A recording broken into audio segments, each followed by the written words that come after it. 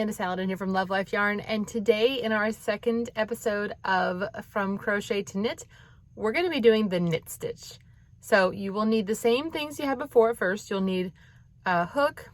I like to learn with the larger ones. This is a 10 millimeter, and your knitting needles. You'll need both this time that are the same diameter. So I've got mine right here. I love these clover bamboo ones. I usually get mine at Joann when they have a good coupon. So you can get a nice set of these and a hook. And we're going to practice with the hook a little bit first, and then we're going to use the needles.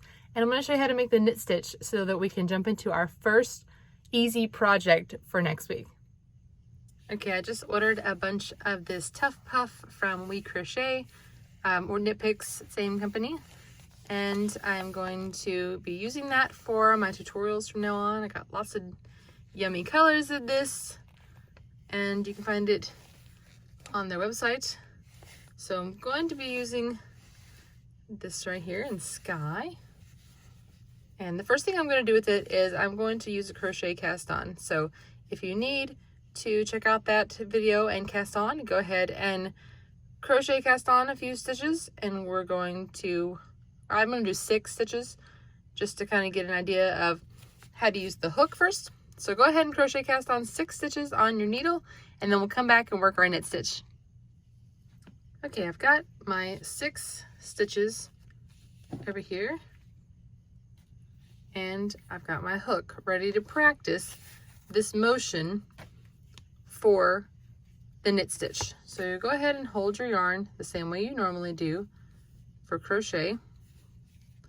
So thick yarn, a lot of times I can't get it on my pinky like I normally do, so I'm just going to hold it out like this. When you knit, you want your stitches, your work, however long it gets, to be facing down. So I'm going to go ahead and do that. And for the knit stitch, you always go in the bottom under here. So I'm going to insert it right here and make an X with my hook behind. Typically what you want to do, of course, with crochet is you're going to yarn over this way. Instead, we're going to work what's called a yarn under, which is going to go around this way. That's called a yarn under. So we will yarn under and pull it through. Now with knitting, we have to cast this loop off. I remember when I learned to knit, I was a knitter first.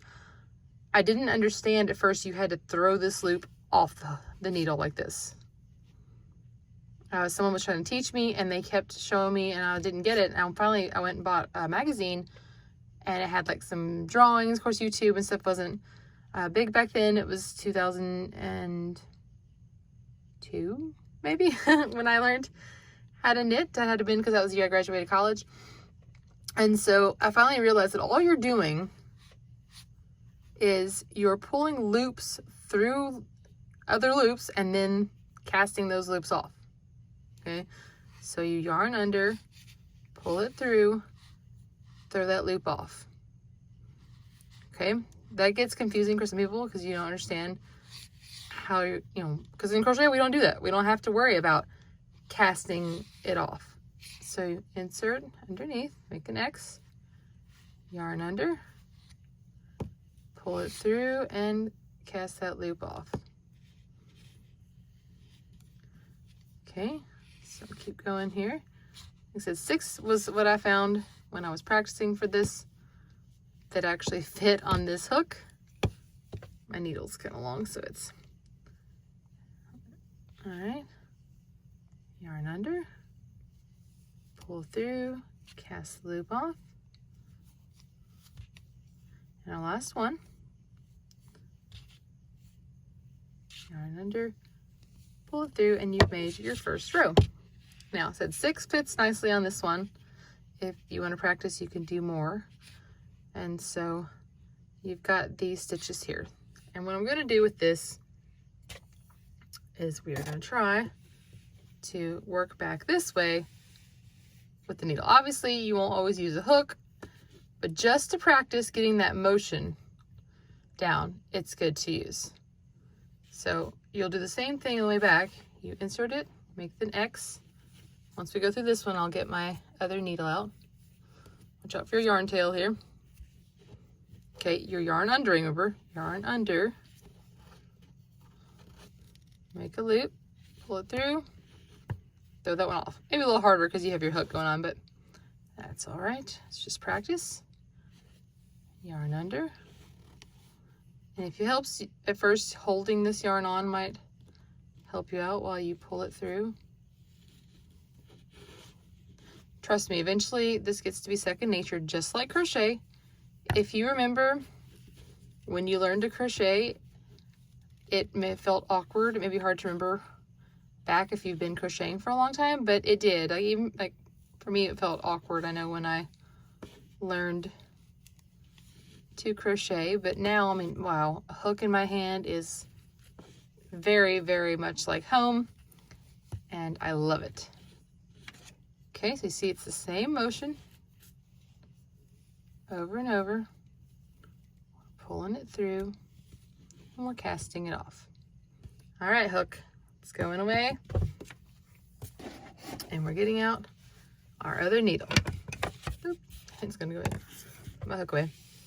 Okay, so we have 2 rows made. Now, when you're working the knit stitch, the back of the fabric, we just turned it, so the back will have these loops because you push the loop to the back.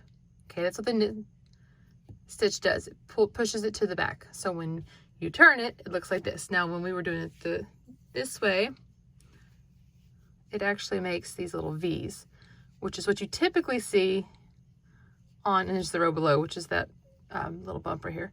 But it makes these V's. So if you learn to knit a row and then purl a row, you'll get those beautiful V's that you see in store-bought sweaters.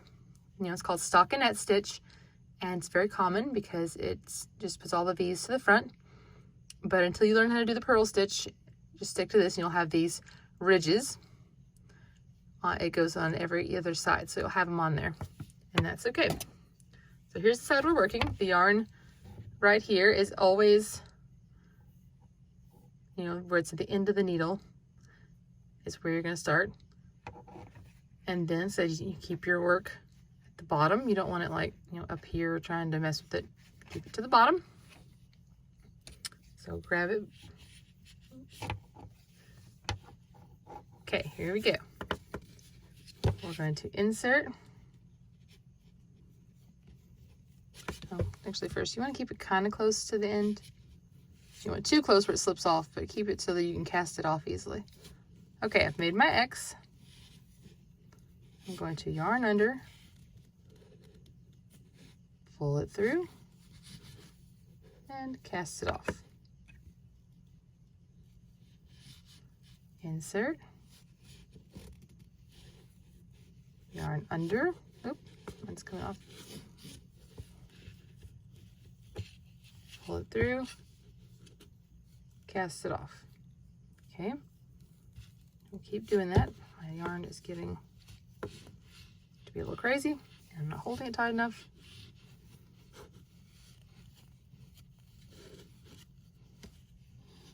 Get rid of this puff ball here that happens a lot of times with roving yarn. Okay.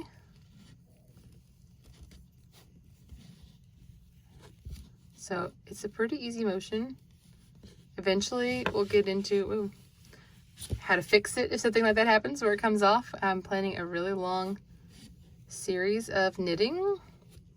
So if you're interested in knitting, you'll learn lots of tips and tricks after we learn these basics. Okay? And there we go.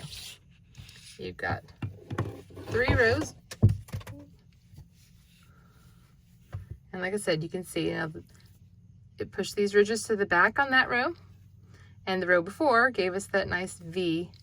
And so this is called garter stitch. So if you've heard of the knit stitch, it's that particular individual stitch we were doing, and garter stitch is just row after row of knit stitches. Super simple. Usually the beginner stuff is in garter stitch because you only have to know 1 stitch, which we just did. And this is how you do the knit stitch. So practice, you can practice it first with your hook, getting the hang of the stitches, and you can get out both your other needle and practice that, and you can just do row after row of garter stitch. And I'll have a simple project coming up that is going to use garter stitch that you can do so that you can get your first knit project.